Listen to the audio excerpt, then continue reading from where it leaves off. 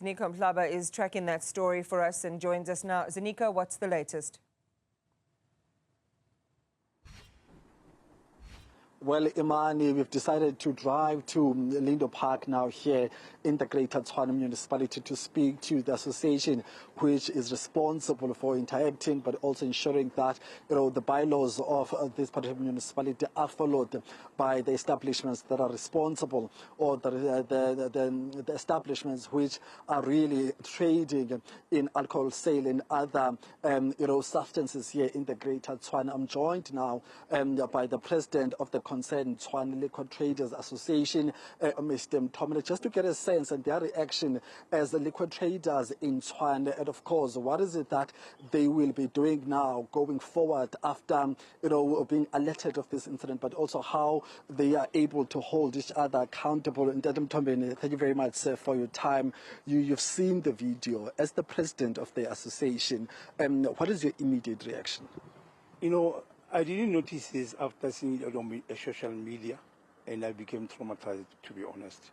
And I asked myself, what kind of a person who's trading liquor to punish people like this way?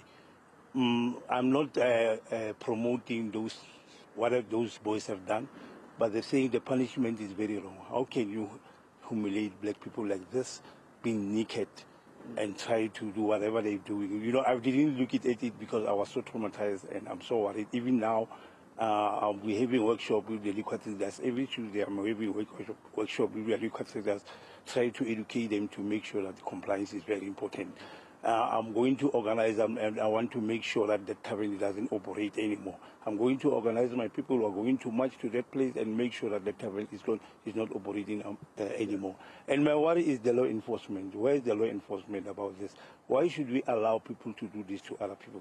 I mean, they are human beings. They are kids, they've got parents, they've got friends, and you make them naked. My worry is, what are they putting them in behind? Yeah. We don't know what's happening. What are they putting them in behind by doing this? Why do they can't say, just clean the place or cool, or call the police to come and see how can they punish the boys who are doing wrong things? By doing this, it's a very wrong thing. We cannot accept that, and I'm not going to accept that. They can do whatever it is. I'm going to call the minister, Mr. Mthombeni, to talk to him about this. We want to see that tavern being closed. We cannot allow people who are trading liquor to abuse our people like this.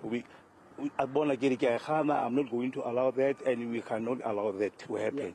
Yeah. Liquor traders must understand that Ubuntu, where is Ubuntu by doing this to a woman being? Let me come in there. Sorry to cut you, sir. Let me come in there. You talked about the workshops that you run with your members across Tshwane, but in terms of holding each other accountable, but also monitoring to ensure that each and every member of your association does abide by the bylaws and do comply. So what is it that you do to hold each other accountable but enforce the bylaws of the city? No, normally what we are doing as an association, we go to the door-to-door campaign trying to talk to the liquor traders to make them understand that compliance is very important. Those who are not complying, I also call the law enforcement to make sure that they punish those people. Those who are selling liquor to underage, those who are operating until 8 hours, those who are not complying with the neighbors, trying to have a way to create a good relationship with the neighbors. We are trying by all means to make sure that compliance is very important here in Tshwane. But the other thing that is disappointing us is the law enforcement. Some of them, when you report things, they don't act immediately. They will go to those people. And the other part that I'm educating my people is to make sure that don't try to bribe a police officer, because those are the things that making things to become worse, knowing that when the police are coming, they give them something to do that. But those are the things that you are condemning them. We don't want to see that happening. That's why we're doing workshops with the liquor traders to make sure. Unfortunately, all these people who are selling liquor, they don't want to come to the workshop because they know that we're educating about the compliance. So have you ever had any reports of such nature that you are alluding to, that there might be some liquor traders who are colluding with the police, but also your knowledge of the establishments that are actually based in town? How are your interactions? What is their attitude towards you as the leadership of the association? And what have police been saying towards the concerns that you've raised, the possible collusion between those traders and police? Sometimes we hold meetings with the police to try to see how can we resolve such problems. But I want to say directly louder, the police will listen to you when you talk, but will never take action. I think people are doing this because they know what are they doing with the police. Because of, if you are a human being, you cannot do what's happening. It's the first time seeing this too in my life, and I'm so worried. And I've asked myself, are we going to allow liquor traders to do this to the woman, to the woman being? That we are not going to accept it. Yes, Baba, it's so painful. Yeah. It is so painful to me. Youngly mother na maju kutimala. Masiso silbantu wife and send the sokubanyaban. We cannot allow that to happen. Really, we need to make sure that that tavern it be suspended until further notice.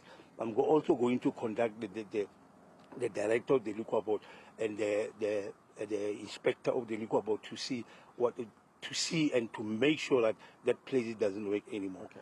They must close it down. Thank you very much, Mr. Mthombeni, for your time, sir. Thank you. Thank you, Imad. That's Mr. Mthombeni. There was very, very concerned, and of course, he says that he could not even finish watching those videos because of the trauma, he found himself in after, watching some of those videos. But very clearly saying that, well, he'll ensure that authorities are playing their part in terms of ensuring that that establishment does get closed. But also, acting on some allegations we've heard that there might be a collusion between some establishments and police officers. So that's something that we'll keep on probing from our side here on the ground. It's back to you for now.